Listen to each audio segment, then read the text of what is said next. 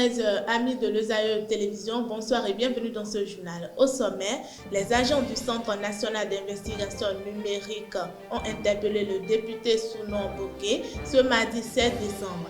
À Safi au Maroc, les populations haussent le ton pour dénoncer la marginalisation dont ils sont victimes. Dans le sport de cette soirée, le projet Sport et autonomisation des jeunes a été lancé dans les villes de Parakou et Tchaougou pour pousser les jeunes à plus se donner aux activités sportives. Les détails dans cette édition.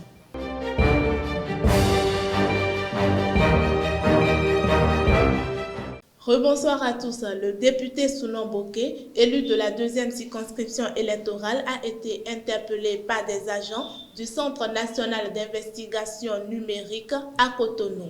L'opération s'est déroulée ce mardi 7 décembre 2025 à la suite d'un message diffusé au lendemain de la tentative du coup d'État déjoué du 7 décembre.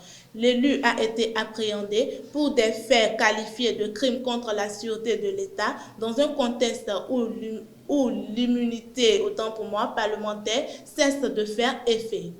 À l'approche des élections législatives et communales de 2026, les grandes manœuvres politiques s'intensifient dans le Borgou. Le bloc républicain affiche ses ambitions et passe à l'offensive. Ce dimanche 14 décembre, le parti a officiellement investi ses candidats des 7e et 8e circonscriptions électorales au cours d'une cérémonie fortement mobilisatrice, marquée par la présence de plusieurs figures nationales du parti. Un signal fort qui traduit la détermination du BR à conquérir autant pour moi tous les sièges de la région. Reportage signé Elvi Kumbetoro et Constantine Awandjino.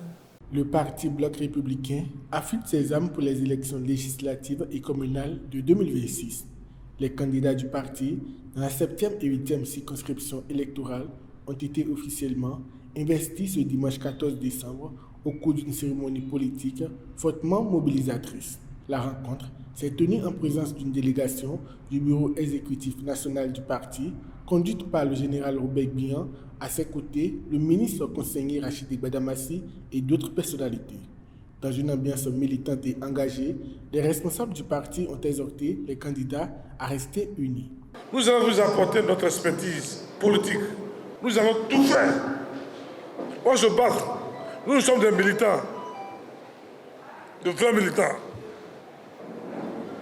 Et c'est ça qui nous anime. Le Bloc républicain, c'est notre parti. Aimez-vous les uns les autres. Mettez en place une stratégie efficace. Vous n'êtes pas seul sur le terrain. Nous serons à vos côtés, unis et mobilisés pour conquérir la victoire. Prenant la parole au nom des candidats, les investis ont réaffirmé la détermination du groupe et promettent avoir le maximum de voix. Nous allons nous battre pour que le BR soit vainqueur au sein de la 7e circonscription électorale. Il n'est pas question d'aller se réunir à 1000 personnes. Les cellules iront à la conquête des voix, dans les chambres, partout. Nous prenons l'engagement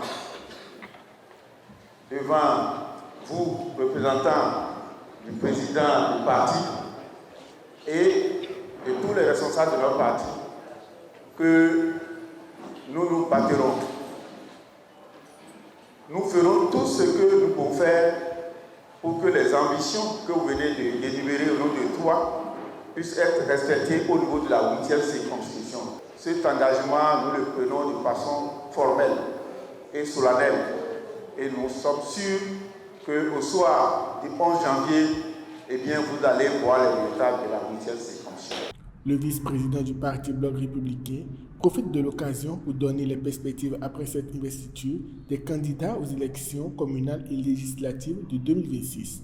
Nous venons de faire la cérémonie d'investiture des candidats parce que c'est une cérémonie prévue par le parti. Maintenant, on s'est acquitté de cette mission-là. La cérémonie qui suit, naturellement, on a la pré-campagne qui va démarrer d'ici là, et ensuite la campagne. Et la lutte pour la conquête des élus communaux, municipaux et aussi des députés. Donc, pré-campagne, campagne et élection et la victoire. Confiants et mobilisés, les candidats du Bloc républicain affichent une ambition claire remporter l'ensemble des sièges de la 7e et 8e circonscription électorale et renforcer la présence du parti au sein des institutions locales et nationales. Le monde de la culture et des médias béninois est en deuil. Bibi Daouda, figure emblématique de l'audiovisuel béninois, s'est éteint.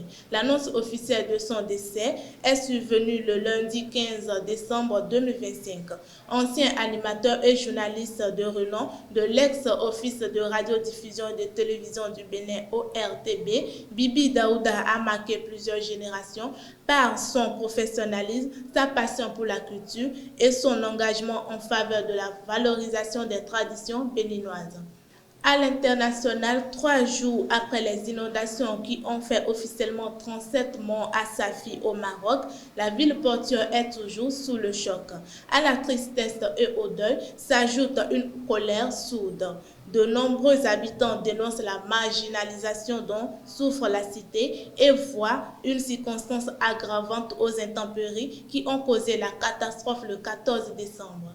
Emmanuel Macron a martelé mardi 7 décembre à Marseille sa détermination à mener la guerre contre le narcotrafic qui gangrène la ville. Ceci avec la traque des têtes des réseaux et une augmentation de l'amende forfaitaire pour les consommateurs de drogue. Le président français en a profité pour inaugurer un nouveau commissariat et rendre un hommage à la famille Kessassi qui a perdu leur fils tué par les narcotrafiquants le 13 novembre.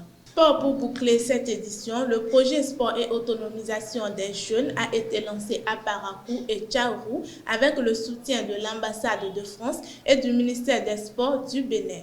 L'objectif de ce projet est de promouvoir l'autonomisation des jeunes à travers le sport au Bénin. Un match de gala marquant la clôture du projet a été organisé avec la remise de maillots et de ballons de basket aux bénéficiaires. Cette initiative vise à encourager les jeunes à pratiquer le sport et à développer leurs compétences sociales et professionnelles. Le reportage signé Marcel Coty et Jean Aclé. Dans une ambiance festive et conviviale, le terrain EDD de Baoué a servi de cadre à un match de gala marquant la clôture du projet Sport et autonomisation, une initiative de l'ONG Tonam. Cette initiative dédiée aux jeunes bénéficiaires venus de Parakou et de Tchaourou célèbre l'engagement de la jeunesse à travers le sport, symbole de cohésion, de discipline et d'espoir. La cérémonie est rehaussée par la remise de maillots et de ballons de basket à chaque bénéficiaire avec le précieux accompagnement des partenaires que sont l'ambassade de France et le ministère des Sports du Bénin. Dans un premier temps, nous avons formé 20 coachs juniors dans le but de les amener à se réinsérer en tant qu'encadreurs sportifs. Ensuite, nous avons fait l'initiation de 20 enfants à Tchaourou comme à Parakou. Nous avons fait la formation en compétences digitales parce que nous visons l'autonomisation de ces jeunes et ce soir nous sommes là pour le gala. Il ne faut pas oublier que notre projet a intégré l'inclusion en faisant des formations sur l'autonomisation des femmes qui sont les mères des bénéficiaires des différents projets que nous avons mis en place. Satisfaction dans le rang des bénéficiaires. J'ai vraiment aimé, c'était des très belles journées. Je les remercie également la présidente qui s'est donnée à tout pour nous et les organisateurs aussi. Le basket, c'est un bon jeu dont beaucoup de personnes doivent bénéficier. Et moi, j'aimerais continuer comme ça jusqu'à ma jeunesse. Pour la présidente de l'ONG Etonam, les perspectives sont claires. Nous allons continuer à former les jeunes, que ce soit en ligne ou en présentiel. Nous allons les encourager à devenir acteurs de développement en tant que chargés de communication au sein des associations qui sont à Parakou ou un peu partout dans le Nord pour donner plus de visibilité et en même temps passer par là pour commencer à se préparer leur après-carrière parce que le sportif ne fait pas 30 ans de carrière, c'est 15 ans. Donc c'est pour nous une façon de les accompagner à bien vivre leur carrière mais en même temps à préparer l'après-carrière. Une initiative qui, au-delà de la compétition, confirme le rôle du sport comme outil stratégique d'inclusion sociale et de développement des jeunes avec l'espoir que de telles actions se multiplient au bénéfice de la jeunesse béninoise. À travers un communiqué officiel publié le 14 décembre 2025 à Cotonou, le comité transitoire de gestion de la Ligue de football professionnel du Bénin a informé l'ensemble des acteurs de football national de la suspension provisoire des championnats Certis Ligue 1 et Ligue 2. Cette mesure est entrée en vigueur le lundi 15 décembre 2025. Selon le comité, cette suspension vise à permettre une mobilisation optimale autour de la sélection nationale engagée dans la CAN 2025.